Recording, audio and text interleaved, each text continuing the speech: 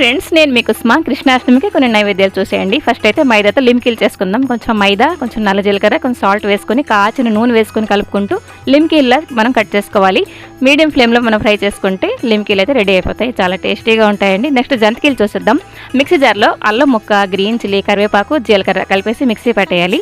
ఇప్పుడు కొంచెం బేసన్ తీసుకుందాం. అలాగే బియ్యం పిండి కూడా తీసుకుందాం. 1 కప్పు బియ్యం పిండికి 1 కప్పు బేసన్ అనమాట రేషియో. ఆ తర్వాత ఈ గ్రీన్ చిల్లీ పేస్ట్, కొంచెం సాల్ట్, కాచిన నూనె, వాటర్ పోసుకుంటూ చపాతీ పిండిలా కంటే కొంచెం గట్టిగా కలుపుకుంటే జంతికీలు అంటే బాగా వస్తాయి అనమాట.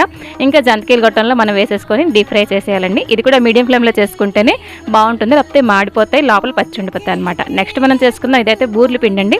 అంటే మినప్పిండి అలాగే బియ్యం పిండి కలిపేసి ఆ తర్వాత కొంచెం నువ్వులు, కొంచెం సాల్ట్, కాచిన నూనె వేసుకొని కొంచెం హింగు, రెడ్ చిల్లీ పౌడర్ వేసుకొని వేడి నీళ్ళతో కొంచెం కలుపుకుని జంతికీలు గొట్టంలో మనం ఇష్టం వచ్చినట్టు చేపించుకొని డీప్ ఫ్రై చేసుకుంటే ఈ జంతికీలు కూడా రెడీ అయిపోతాయి అనమాట. మినీ బ్లాగ్ నచ్చినట్లయితే సబ్స్క్రైబ్.